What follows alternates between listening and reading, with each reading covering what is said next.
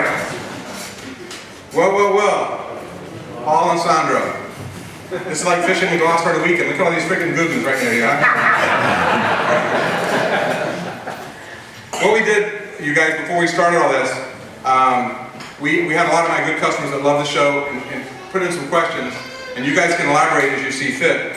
But before you even ask the question, I want to tell everyone here that Paul, you are the person on the show we see every week. He has a heart, he cares about people, he loves to fish, he'll speak his mind, and what you see is what you get. I've been dealing with it for the past few months, and it's absolutely joy to deal with. This is not editing, this is Paul Avery. Sandro, the number one question we have for you, are you married or spoken for yet? Single. You got the magic. Everybody recognizes that. Thank you. First, we want to recognize, tell us how you got your start. Tuna fishing? Yes. Pretty much, it was through a family friend, Dave. You know, he needed a guy one day, about 6 years ago, and I was like, why not? I mean, I used to see all the boats come in, you know, those big rods, you know, the big fish. I was like, man, I'll catch this little striped bass off the dock, you know, and I want to catch one of those. And then I had my chance, and I never looked back since. As you can see, every employer would like to have somebody like him that just doesn't piss and moan or work or whatever, just actually gets it done all the time. You never see him not working. There's a lot of editing going on, I'm sure. Okay, Paul, it's obvious. It's obvious your brother Bruce is the real deal. Oh yeah. I mean, really, the guy knows his stuff. Will he be on the boat with you next season? Absolutely. That's good to hear. Yep. On my own boat. All right.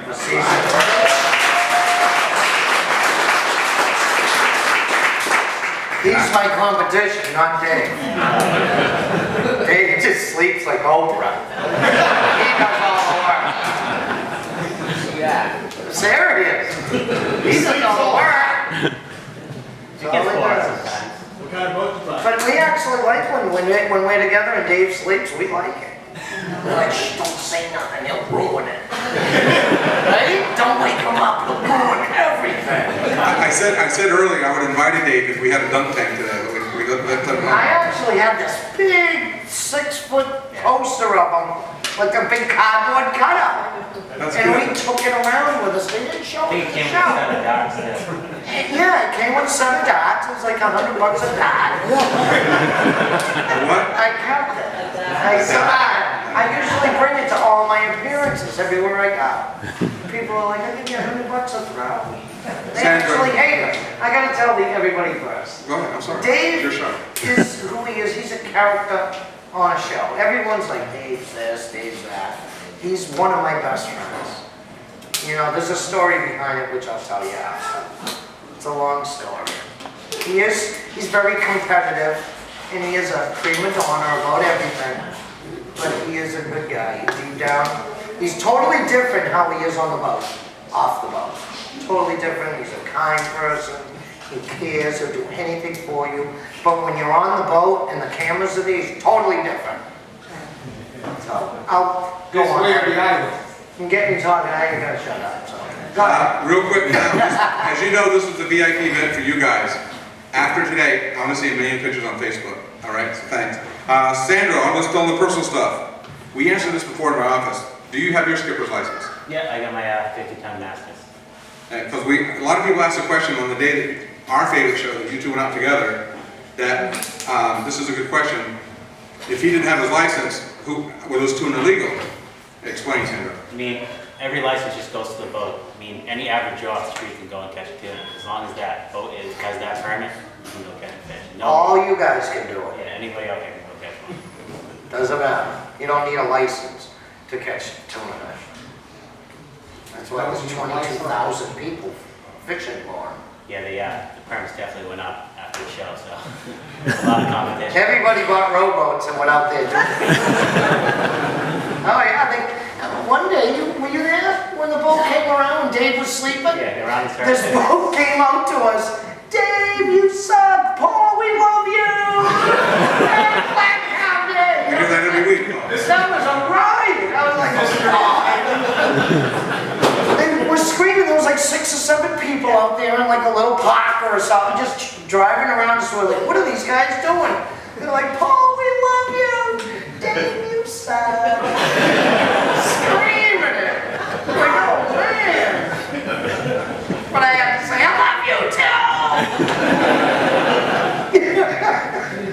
Sandro here. Obviously, you're the future, and he's recognized that too. Oh, yeah. When do you get your boat and take it along and get your boat? That's the number one question I'm getting right now is when are you gonna get your own boat? You know, I mean, I run the boat a lot for Dave, and I see what it takes. You know, the expenses, you know, fuel, the bait, the captain, the dock, the insurance. You know, it's not just getting a boat and going fishing. You know, you're already in the hole. You know, if you get a nice boat, you're already in the hole $200,000-$300,000 before you even start. You know, you're not gonna make that money back like that. You know, we're not all getting those big money fish. You know, some of the fish, you get $1,000 for them. Some of the fish you do better. But I mean, in the long run, you gotta weigh it out. You gotta balance it out. Is it really worth getting a boat now? You know, especially with the economy and, you know, the fuel prices being so high, and there's no, you don't know. Whoa. Yeah, it is worth getting a boat. I sell boats. It's hard for him to make a living at it, right? He's looking at it like I used to look at it. It's hard to make a living at it with all the regulations right now. They could shut tuna fishing off next year. Exactly. The show could be gone. Then how's he gonna make money? He could take 1 million jars a year, but if they shut it off, he's done. What are you gonna do with this $300,000 boat? Because you can't go out there with a $10,000 boat and make a living. You gotta be able to take camera crews out, you gotta be able to go out for a week and stay out. You need generators, you need lights, you need the equipment for this. So you can't go out on a little boat, you need a big boat, which I got. We know the show's edited quite a bit, and we had a couple of these questions. The producers of late have been hammering the bounty hunter. He's not prepared, he drops fish, he's unlucky. Is that just part of the show? It's what he does. Oh. I was with him. He needs bananas. Yeah. Bananas. Yeah, he needs to put bananas on the boat and he'll catch fish. Yeah. Why? Wait a minute. It's okay to put bananas on the boat? Yeah, you have to have bananas on the boat. No bananas. That's crazy. If you don't have bananas on the boat, you're done. You ain't gonna catch nothing. No, So if a guy doesn't- that's all superstition. Superstition. So if the guy doesn't have, if he does have bananas, he doesn't catch, it's him, it's not the bananas. No, That's we just an excuse. it's just an excuse because you can't catch them. All right, Tommy, there you go.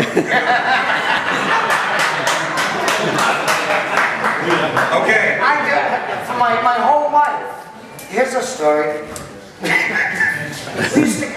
we caught fish with hats in the fish. My brother caught one with a peach seed in a fish, in a tin can, topped to a peanut can. Because when you're sitting there chumming, you know you're eating food too, of course, and you know breaking open tins and throwing it in the water. This is a long time ago, not lately. You know, years ago, we caught fish with all kinds of things in them. Banana peels. Hello! There it is. Most garbage. You need most garbage in the ocean. They are the biggest garbage fish around. That's all superstition. Some people believe in ghosts, some don't. Isn't it they're shoved in your rod holders? Blame it on the captain. It's just all superstition. You know what I mean? I have a but- rack of bananas every day at the steering wheel. Oh, hurt me catching fish. Hey, while we're in the office early, Sandro, tell us a little bit about the population out there. How do you, I mean, everybody thinks it's beat down. Tell us how strong the tuna population is. You know what? I mean, you hear all that, the populations, you know, it's threatened, but I mean, I started, a short 6 years ago, and every year I see more and more fish, which blows my mind that they get these numbers from, I don't know where, you know, it's these groups that fund these, you know, conservation groups, and, you know, it's just crazy that they can say that, especially harpooning. I mean, Paul sees it every year. Oh, yeah. He can go on. You can go on the flat, calm ocean, and you will see pod after pod after pod of fish, as long as your eyes can see. And it's to say that they're endangered, that they're close to being endangered, which, I mean, it's just not right. I went on fish last year, because I was out of it for a while because I had broken my legs. I know where you're going. The whole hero. And when I got into it, like everybody was like, man, the fish aren't around this year. It's just the way they travel, it's their travel habits. Just because they're not inshore like they used to be 25 years ago, the whole world's different. You know, the climate change, the water temperatures, the effort that we have going after these fish is extreme now. So you got 22,000 boats running after tunas. Of course they're not gonna be right in front of you. They're gonna move offshore.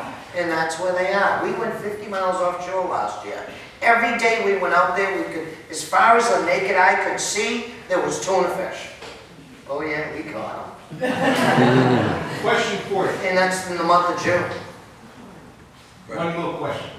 How, when you're bringing a fish in, a lot of times you're out there fishing, oh, it's a short. How do you know it's a short? You How can do tell. by seeing it? I've been looking, I can tell within, I can come within an inch or two of every That's fish. 73 inches, right? And Yeah. you're leaving length. I look at them all day on the pulpit.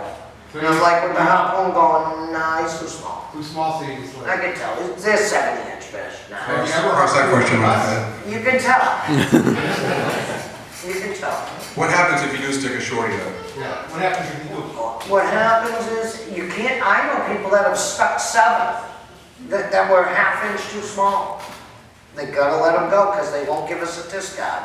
They won't let us bring them in, which is stupid, because if you come within an inch or two, if you bring it in, they'll take your boat, they'll take your license, and they'll give you a big fine. I know all about You it. shouldn't. My family knows all about that. That's a good point, Sandro. They should be able to let us donate it to hungry people. You know, food pantries, somewhere they should be able to bring it and bring it to people so they don't have to go and burglarize places for food. You know, we could have a nice cookout. I'd say the crowd, majority of the crowd is not a big Tyler fan. Again, by the editors, I'm sure, but rumor has it that the kid can fish. Yeah, of course, anybody can. It's no better or no worse than anybody else. His daddy got him a nice boat, he goes out, you can live out there. And fish, yeah, you can catch fish. Okay. You know what I mean? I mean, I see that. I did Lot what more he, there. I did what he did when I was 8 years old, what he's doing right now. But in a rowboat. You know? Great question here. I know you guys were casted, I heard a little bit about the auditioning and stuff. The other giant boats out of Gloucester, they pissed off or jealous that they're not on the show? Oh yeah, Well, they hate us at first, but now they all want to get on.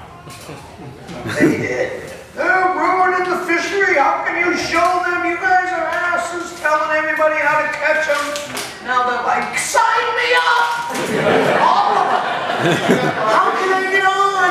Please, sign me up, I want to get on. They're all getting interviews today. Yeah, all over. Today, they're all getting interviews from that jail right now. How long did your audition take? Mine took like 30 seconds, so I know how